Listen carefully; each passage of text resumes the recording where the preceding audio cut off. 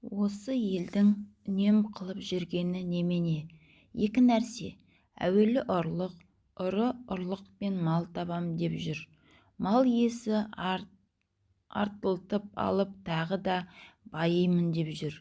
Ұрлықтар алып беремін деп, даугерді жеп құтқарамын деп ұрыны жеп жүр.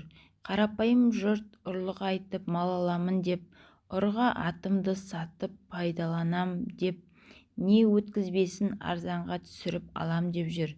Екінші бұзақылар біреудің ойында жоқ пәлені ойына салып, бүйтсең бек боласың, бүйтсең көп боласың, бүйтсең кек аласың, мықты атанасың деп, ауқаттыларды азғырғалы әлек болып жүр. Кім азса мен соған керек боламын деп, күн қыздырып алып, өзін біраз ғана азық қылайын деп жүр. Ұлықтар пәле бұл табылған ақыл деп, мен сені бүйтіп сүйемін деп, ананы жеп, сені бүйтіп сүйемін деп, мынаны жеп жүр.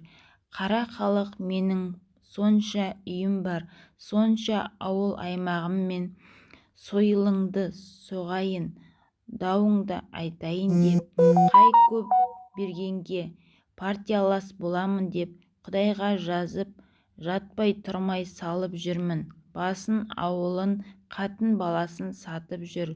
Осы бір ұры бұзақы жоғалса, жұртқа да түсер еді, шаруа да қылар еді. Бай барын бағып, кедей жоғын іздеп, ел секілденіп талапқа тілеуге кірісер еді. Енді жұрттың бәрі осы екі бүлік іске ортақ. Мұны кім түзейді? Анттың, серттің, адалдықтың, ұяттың бір тоқтаусыз кеткені ме? Ұрыны тыю да болар еді. Бірақ осы бұзақының тіліне үйретұғын, азатұғын байларды кім тыяды?